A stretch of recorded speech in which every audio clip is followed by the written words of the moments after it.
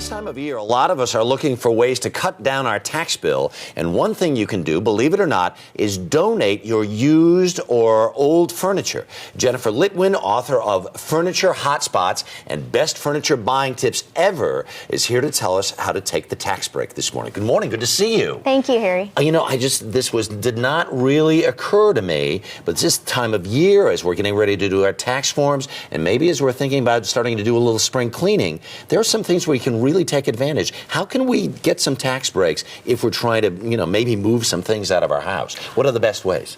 Well, there are three basic ways that you can get a tax write-off by donating furniture. Mm-hmm. First is just donating to an organization, a charity, like a Salvation Army. Okay, sure. The second is consigning, going through a charitable organization and consigning, where they you get sell it for you. They sell it for you. You might get 50%, and they keep 50%, although you can deduct the 50% that they keep. Right, exactly. And the third way is to donate it through furniture banks.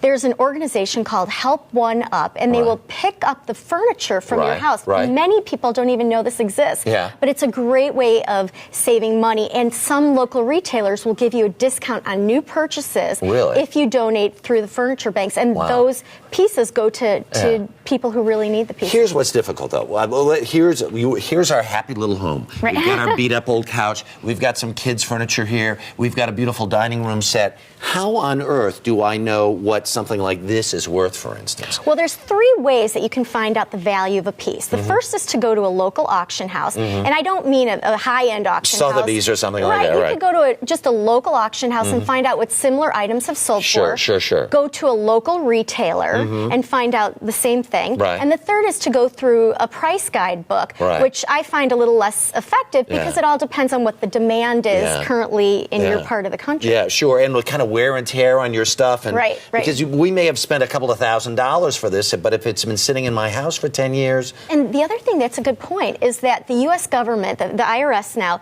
is cracking down on what you can actually donate. It has to be in good condition. Right. So people don't take advantage of the system anymore. Just throwing junk into the system. So if you have receipts, is that helpful at all? Absolutely. For under $500, keep your receipt. Hang on to it in case you ever get audited. For $500 to $5,000, you're going to need to fill out a form. Your accountant will know about it. It's 8283. 8283. You remember that now. Okay, go ahead. 8283.